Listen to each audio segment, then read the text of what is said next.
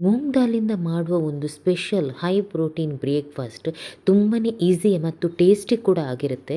ತುಂಬಾ ಹೆಲ್ದಿ ಕೂಡ. ಇದನ್ನು ಮಾಡೋದಂತೂ ತುಂಬಾ ಸುಲಭ. ಇನ್ಸ್ಟೆಂಟಾಗಿ ರೆಡಿ ಮಾಡ್ಬೋದು ಇದನ್ನು. ಇದಕ್ಕೆ ಜಾಸ್ತಿ ಹೊತ್ತು ಬೇಕಾಗಿಲ್ಲ. ಇದು ರಾತ್ರಿ ನಾವು ಮೂಂಗ್ ದಾಲನ್ನು ನೆನೆಸಿಡ್ಬೇಕು, ಅಂದರೆ ಹೆಸರು ಬೇಳೆ. ನಂತರ ನಾನು ಇದಕ್ಕೆ 3 ಅಂದರೆ ಎಷ್ಟು ಕ್ವಾಂಟಿಟಿ ನೋಡಿಕೊಂಡು ಹಸಿಮೆಣಸಿನಕಾಯಿ ಮತ್ತು ಜಿಂಜರ್ ಹಾಕ್ತಾ ಇದ್ದೇನೆ. ಇದನ್ನು ಫಸ್ಟಿಗೆ ನಾನು ತರಿ ಗ್ರೈಂಡ್ ಮಾಡ್ತೇನೆ ಜೀರಾ ಜೊತೆಗೆ. ಅದು ಸ್ವಲ್ಪ ಗ್ರೈಂಡ್ ಆದಮೇಲೆ ನಾನು ಅದಕ್ಕೆ ದಾಲನ್ನು ಹಾಕ್ತಾ ಇದ್ದೇನೆ. ದಾಲನ್ನು ಕೂಡ ಅಷ್ಟೇ ಸ್ವಲ್ಪ ಸ್ವಲ್ಪನೇ ಹಾಕ್ಕೊಂಡು ನಾನು ಸ್ವಲ್ಪ ಪೇಸ್ಟ್ ಮಾಡ್ತೇನೆ. ಜಾಸ್ತಿ ಫೈನ್ ಪೇಸ್ಟ್ ಆಗಿಲ್ಲ ಅಂದರೂ ತೊಂದರೆ ಇಲ್ಲ, ಈ ರೀತಿ ಆದರೆ ಸಾಕು. ಜಾಸ್ತಿ ತೆಳು ಮಾಡೋದು ಬೇಡ. ನಂತರ ನಾನು ಇದಕ್ಕೆ ಸಾಲ್ಟ್ ಕೂಡ ಹಾಕ್ತೇನೆ ಮತ್ತು ವೆಜಿಟೇಬಲ್ ಇಷ್ಟ ಇದ್ದವರು ಹಾಕ್ಬೋದು, ಇಲ್ಲಾಂದರೆ ಬರೀ ಹೀಗೇ ಮಾಡ್ಬೋದು. ಆದರೆ ವೆಜಿಟೇಬಲ್ ಹಾಕಿದರೆ ತುಂಬ ಚೆನ್ನಾಗಿರುತ್ತೆ. ನಾನಿಲ್ಲಿ 2 ಸ್ಪೂನು ರವೆ ಕೂಡ ಹಾಕಿದ್ದೇನೆ ಅದಕ್ಕೆ. ಮತ್ತು ಕ್ಯಾರೆಟ್ ಮತ್ತು ಕ್ಯಾಪ್ಸಿಕಮ್, ಕೊತ್ತಂಬರಿ ಸೊಪ್ಪು ಇಷ್ಟನ್ನು ಹಾಕಿದ್ದೇನೆ. ಸ್ವಲ್ಪ ರವೆ ಹಾಕಿ ಸ್ವಲ್ಪ ಹೊತ್ತು ಇಡಿ. 5 to 10 ಮಿನಿಟ್ಸ್ ಇಟ್ಟರೆ ಸಾಕು. ಸೋಡಾ ಹಾಕಿದರೆ ಇನ್ಸ್ಟೆಂಟ್ ಆಗುತ್ತೆ, ಇಲ್ಲ ಅಂದರೆ ಒಂದು ಹಾಫ್ ಆನ್ ಅವರ್ ಆದರೂ ಇಡಿ. ನಂತರ ಸೋಡಾ ಹಾಕಿಬಿಟ್ಟು, ಅಡುಗೆ ಸೋಡಾ ಹಾಕಿಬಿಟ್ಟು ಚೆನ್ನಾಗಿ ಮಿಕ್ಸ್ ಮಾಡ್ತೇನೆ. ತೆಳುವಾದರೆ ತುಂಬ ದೋಸೆ ಥರ ಆಗುತ್ತೆ. ನಾನಿಲ್ಲಿ ಸ್ವಲ್ಪನೇ ನೀರು ಹಾಕ್ತೇನೆ, ಅಂದರೆ ಒಂಥರ ಬನ್ ಥರ ಮಾಡ್ತೇನೆ.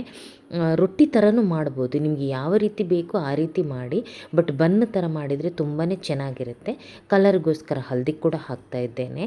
ಈ ರೀತಿ ಕಡಾಯಿ ಇದ್ದರೆ ನಿಮ್ಮ ಹತ್ರ, ಈ ಕಡಾಯಿಯಲ್ಲಿ ತುಂಬ ಚೆನ್ನಾಗಿ ಕಲರ್ ಕೂಡ ಬರುತ್ತೆ, ಸ್ವಲ್ಪ ಉಬ್ಬಿ ಬನ್ ಥರನೂ ಬರುತ್ತೆ. ನೀವು ಇದಕ್ಕೆ ಆನಿಯನ್ ಕೂಡ ಹಾಕ್ಬೋದು, ಅಥವಾ ಕ್ಯಾರೆಟ್ ಬದಲಿಗೆ ನೀವು ಕ್ಯಾಬೇಜ್ ಕೂಡ ಹಾಕ್ಬೋದು.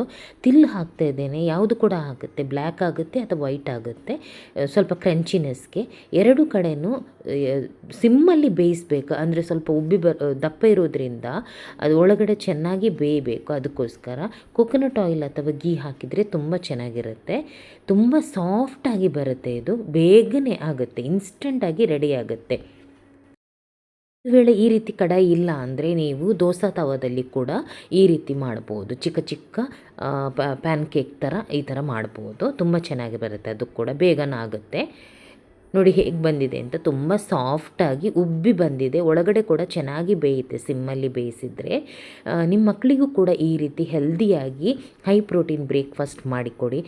ನನ್ನ ರೆಸಿಪಿ ಇಷ್ಟ ಆದರೆ ಯಾರಾದರೂ ಹೊಸದಾಗಿ ನೋಡುವವರಿದ್ದರೆ ಪ್ಲೀಸ್ ಸಬ್ಸ್ಕ್ರೈಬ್ ಮಾಡಿ, ಲೈಕ್ ಮಾಡಿ, ಶೇರ್ ಮಾಡಿ, ಕಮೆಂಟ್ಸ್ ಮಾಡಿ, ಎಲ್ರಿಗೂ ಕಳಿಸಿ. Thank you.